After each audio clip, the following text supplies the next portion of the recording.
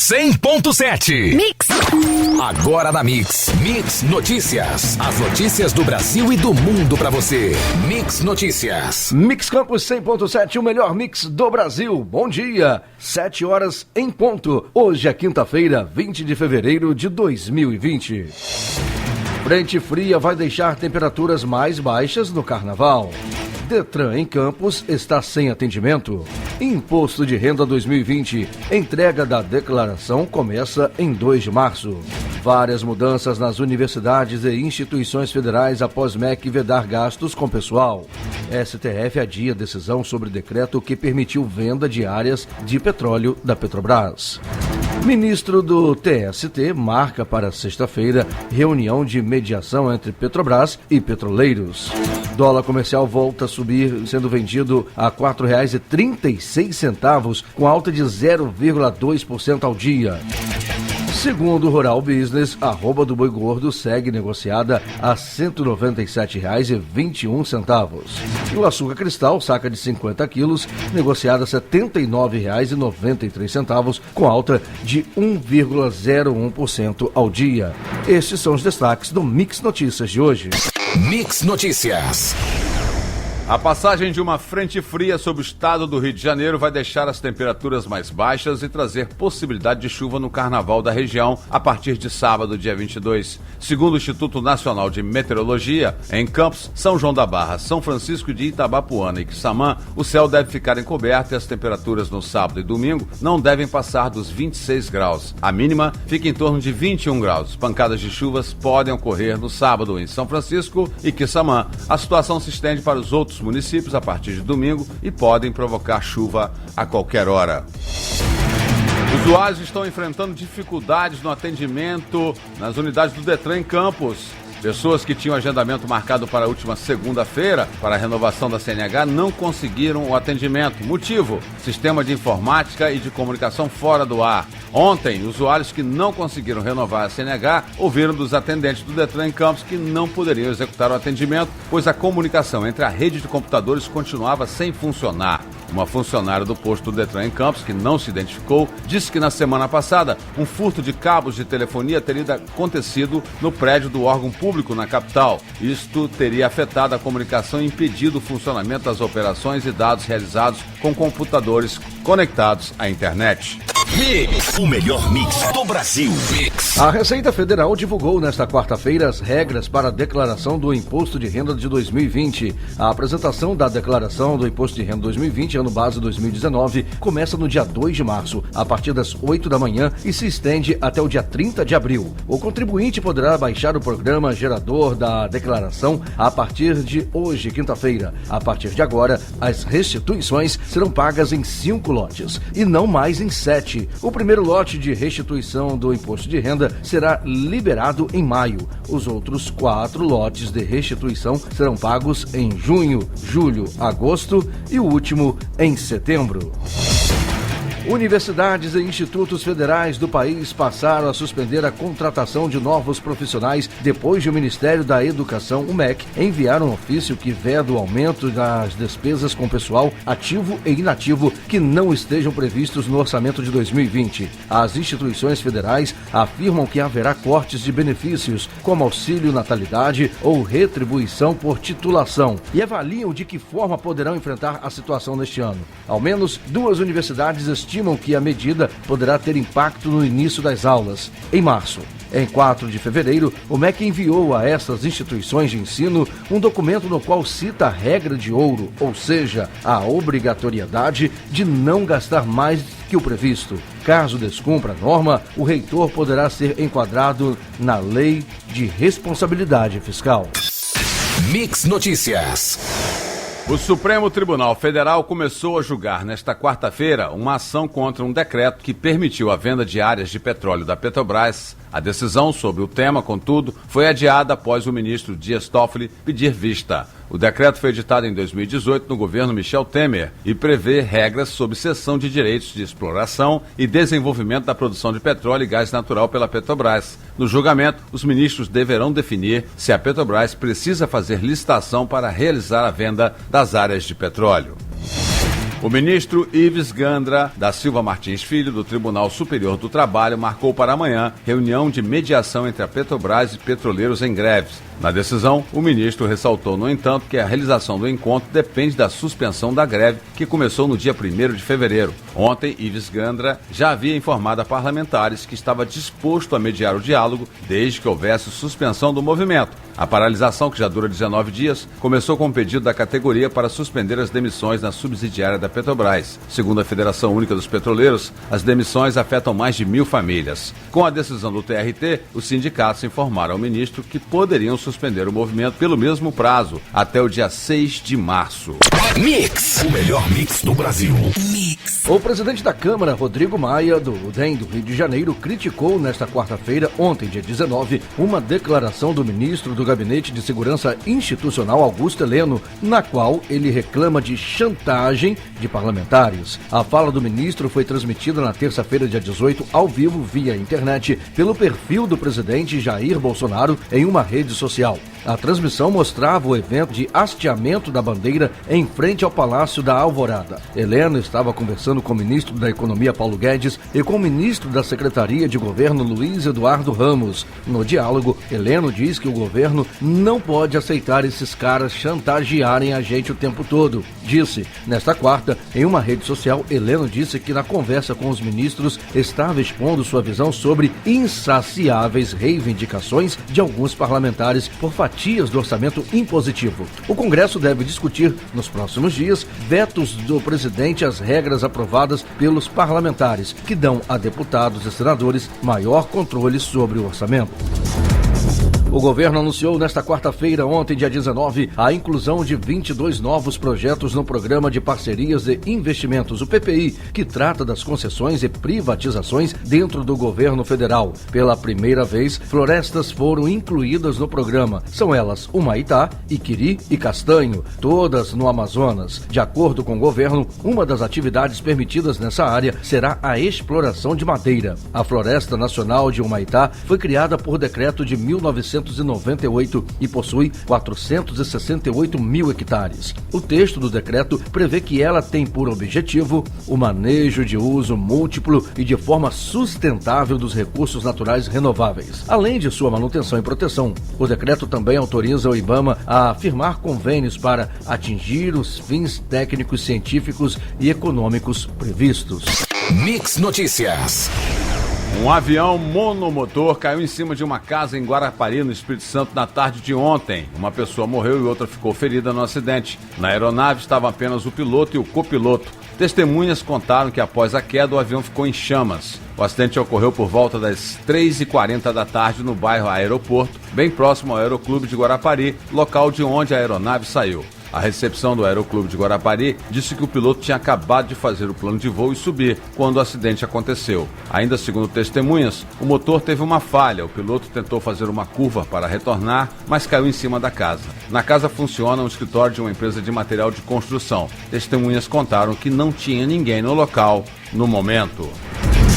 O juiz Marcelo Bretas, da 7ª Vara Federal Criminal do Rio, determinou a soltura da advogada Mira de Oliveira Ataíde, a mulher do doleiro Dario Messer, e de sua mãe, a médica Alcione Maria Melo de Oliveira Ataíde. De acordo com a decisão, as duas terão a prisão preventiva substituída pela proibição de deixar o país e de manter contato com os demais investigados no processo. No pedido de soltura, o advogado de Mira defendeu que a prisão preventiva das duas tornou-se meio ineficaz de manutenção da ordem pública e conveniência da instrução criminal. No despacho, Bretas explica que, segundo o Ministério Público Federal, mãe e filha auxiliaram Dario Messer a manter-se foragido. Com a sua captura, o risco que ambas representam à ordem pública para Bretas estaria diminuindo.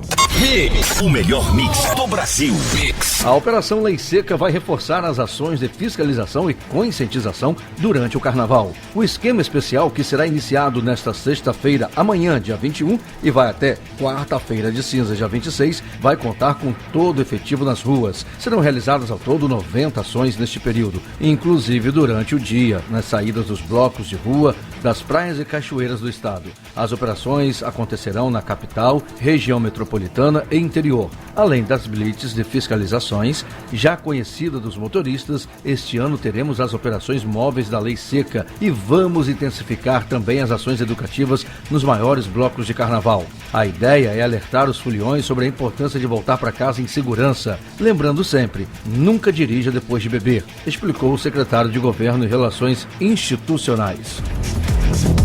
O volume de produção industrial da região noroeste fluminense apresentou queda menos intensa, mas manteve resultados negativos no final de 2019, revelou a sondagem industrial divulgada pela Firjan. A sondagem é um levantamento de opinião empresarial. Os indicadores variam de 0 a 100 pontos. Os valores abaixo de 50 pontos indicam pessimismo ou redução, e acima de 50 pontos representam otimismo ou aumento. A pesquisa mostrou que o volume de produção caiu 48,6 pontos. Esse movimento influenciou no nível de estoques, que cresceu no último trimestre de 2019, 52,3, mas se manteve abaixo do planejado, 45,5. A indústria da região registrou leve redução na capacidade instalada, 55%, frente ao mesmo período de 2018, que era de 56%. O indicador se manteve abaixo da média histórica.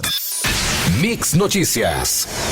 O ministro Sérgio Moro pediu à Polícia Federal a abertura de um inquérito para investigar o ex-presidente Luiz Inácio Lula da Silva, com base no enquadramento na Lei de Segurança Nacional. A lei e os instrumentos legais que antecederam a lei foram usados pela ditadura militar para enquadrar e perseguir opositores entre 1964 e 1985. A Polícia Federal ouviu Lula na manhã de ontem, 3 meses depois do pedido feito por Moro. O depoimento foi colhido por um delegado da Polícia Federal. A base da acusação é uma afirmação do ex-presidente que sugere que o presidente Jair Bolsonaro seja um miliciano. A assessoria de Moro confirmou que o ministro solicitou a abertura de investigação. No pedido, ele sugeriu o enquadramento em 2 crimes: crime contra a honra, previsto no Código Penal, e crime de calúnia ou difamação do presidente da República, imputando-lhe fato definido como crime ou fato ofensivo à reputação. Esse último crime está previsto no artigo 26 da Lei de Segurança Nacional e prevê pena de prisão de 1 a 4 anos. O sócio proprietário da empresa de marketing digital citada no caso de disparos de mensagens em massa na campanha eleitoral de 2018, Lindolfo Antônio Alves Neto, afirmou ontem que prestou serviços para as campanhas do presidente Jair Bolsonaro, na época no PSL, hoje sem partido, de Fernando Haddad do PT e Henrique Meirelles do MDB. A declaração foi feita durante o depoimento à CPI mista da Fake News, que investiga a disseminação de informações falsas na internet. Alves Neto afirmou que o pacote contratado pela campanha de Bolsonaro custou R$ 1.680 e permitia 20 mil disparos de mensagens, mas que elas foram enviadas para 900 destinatários. Ele não explicou por que foram disparadas menos mensagens que as contratadas. Fernando Haddad é um caso específico, porque uma agência que eu acredito que faça campanha para ele já utilizava a plataforma e utilizou a nossa ferramenta. Logo, diretamente não foi feito. Disparo em massa. Indiretamente, sim, ele afirmou. Sobre a campanha de Meirelles, Alves Neto afirmou que o contrato foi de 2 milhões e que o pacote previa entre 10 e 15 milhões de disparos. Ele se recusou a jurar dizer a verdade. O entendimento de sua defesa foi de que ele é também investigado pela CPI, o que não o obriga a dizer a verdade, dado que todo cidadão tem o direito de não produzir prova contra si mesmo. Mix. A Petrobras vai aumentar os preços da gasolina em 3% em média, a partir de hoje, quinta-feira. É o primeiro reajuste para cima deste ano. Até o momento, a companhia tinha feito 4 reduções de preços. O aumento será em média de 0,0512 centavos por litro em suas refinarias e bases. O preço do diesel continua inalterado. De acordo com a política de preços da estatal, a definição do preço dos combustíveis segue a flutuação do mercado internacional. A Petrobras registrou em 2019 o maior lucro de sua história. Embalado pela venda de ativos e aumento da produção, a estatal obteve ganhos de 40,137 bilhões de reais. É uma alta de 55,7% em comparação com 2018. De acordo com dados da consultoria Economática, trata-se do melhor lucro já registrado pela estatal desde a década de 1990 até agora. O melhor resultado da Petrobras, que havia sido sido registrado só em 2010, com 35,2 bilhões de reais. O ganho recorde é apresentado em meio a um momento delicado para a empresa, que enfrenta uma greve de petroleiros que já dura 19 dias. Mix Notícias. O ministro interino da Saúde, João Gabardo dos Reis, informou que os exames concluídos ontem mostram que os 58 brasileiros repatriados em quarentena na base aérea de Anápolis não estão infectados com coronavírus. Esse é o mesmo resultado obtido na primeira análise, feito com amostras colhidas no dia em que eles chegaram à cidade goiana, vindos da China. O anúncio foi feito em entrevista coletiva na sede do órgão em Brasília. Segundo o ministro interino, a próxima coleta está prevista para sábado, dia 22. A Secretaria Estadual de Saúde de Goiás disse que o terceiro exame será realizado no 14º dia da quarentena. Pesquisadores nos Estados Unidos fizeram uma descoberta sobre a estrutura do novo coronavírus que pode ajudar no desenvolvimento de vacinas contra a Covid-19.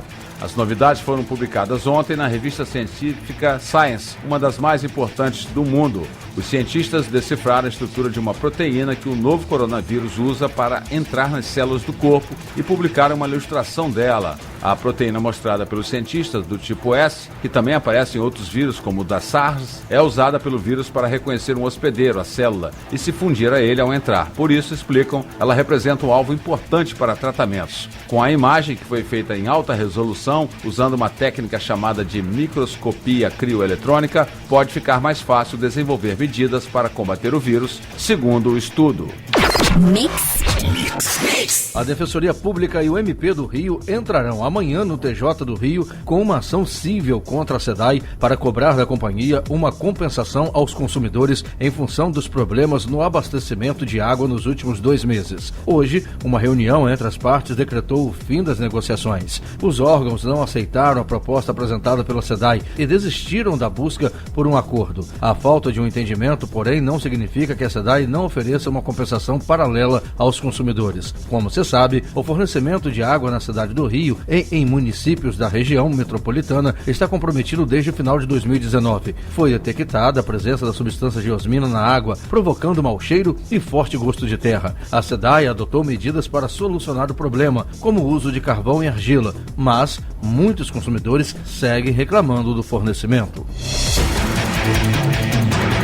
Os municípios que integram a Bacia de Campos receberam nesta quarta-feira os recursos referentes aos royalties mensais de indenização pela exploração do petróleo. Coube a Campos 27,3 milhões de reais, com um aumento de 11,8% em relação ao mês anterior, mas com queda de 23% em comparação com o mesmo período do ano passado. São João da Barra também registrou aumento, mas de 6,6% no repasse. O município recebeu 8,4 milhões de reais neste mês. No mês de fevereiro do ano passado, recebeu com decréscimo de 9%. Macaé foi o município da região com maior valor de indenização com os royalties este mês, com 62 milhões de reais, com um percentual de 12,2% acima dos valores de janeiro. O repasse de Quissamã deste mês foi de 8,8 milhões, 17% maior do que janeiro. Carapebus contou com percentual de 14% acima de janeiro. Este mês foram depositados 3,8 milhões de reais. Mix Notícias. O senador Cid Gomes, do PDT Ceará, foi baleado na tarde desta quarta-feira em Sobral, 270 quilômetros de Fortaleza, ao tentar invadir um quartel que está tomado por policiais militares que protestam por reajuste salarial. Cid, que está licenciado no Senado, estava em uma retroescavadeira que tentava entrar no batalhão da cidade. O trator foi alvejado e teve os vidros estilhaçados. A assessoria de Cid Gomes informou que o senador foi baleado por arma de fogo e que no início da noite estava passando por estabilização no Hospital do Coração de Sobral. A equipe do senador informou que ele será transferido para a Santa Casa de Misericórdia de Sobral.